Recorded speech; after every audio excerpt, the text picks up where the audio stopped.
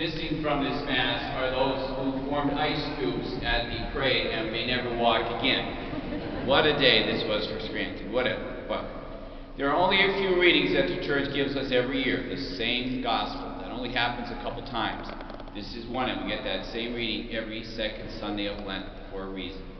If you get up in the middle of the night, like I do, for various reasons, and you turn the TV on, you notice that there are certain things that are on between like midnight and 4 because advertising rates are very cheap. And a constant is Time Life advertising remade CDs of popular songs from like the 60s. Elvis, Barry Manilow, John Denver, names that the kids don't even know who those people are, but they're trying to sell for aging baby boomers like myself. And you know, so you can't buy this in the store, you can only buy it here. Always there are love songs.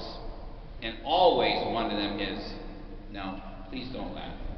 This magic moment, so, whatever, how are the song? I think it's the Drifters, whatever. This magic moment. That's today's gospel. For a moment, he takes Peter, James, and John to where I hope we all go when our lives end, heaven. And for a moment, they're in heaven. They can hear God speak. They can see Moses and Elijah. I mean, they're there. They're where we all want to be when our life ends and God calls us somewhere. We all want to be there, but only for a moment. And Peter, as he always does impulsively, says, well, let's build some structures here so we can stay here. And Jesus says, no, fella, it doesn't work that way. We have to go back down the mountain. And only after we go through death, and in his case, crucifixion, only then do we get to heaven. That's just the way it works. Everybody wants to go to heaven. Nobody wants to die. But that's it. You're only up there for a moment. And he says, no, we got to go back down. Everybody wants Easter. Nobody wants Lent. Everybody wants Easter Sunday. Nobody wants Good Friday. So all I deal with is people dealing with their Good Fridays. Cancer, hospice units, intensive care. I go to all of them. And there's that person's Good Friday. That's why I have the best job on earth. Because I go where other people can't go. And it's powerful to be there with the person. Only through death do we get to real life. Show me your Lent, and I'll show you your Easter. I don't worry as much about, okay, a lot of people don't go to church. And it's my job to worry about them.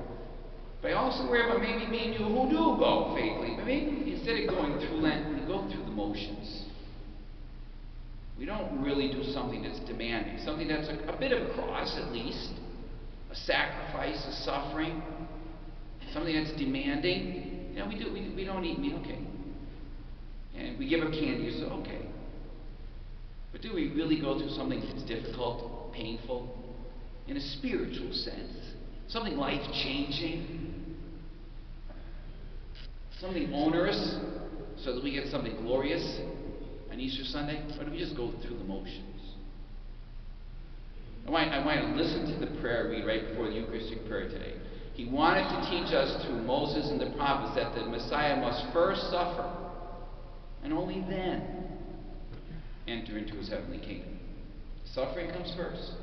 And I've walked that road with many of you.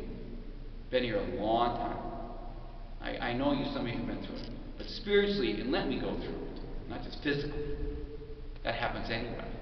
Lent is about spiritually saying, I'm going to do something difficult, something challenging to show that I'm sorry inside, and I want to change.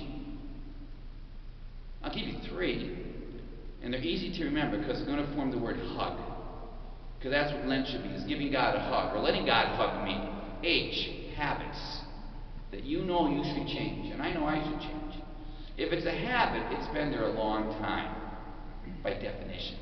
And so it's hard to change.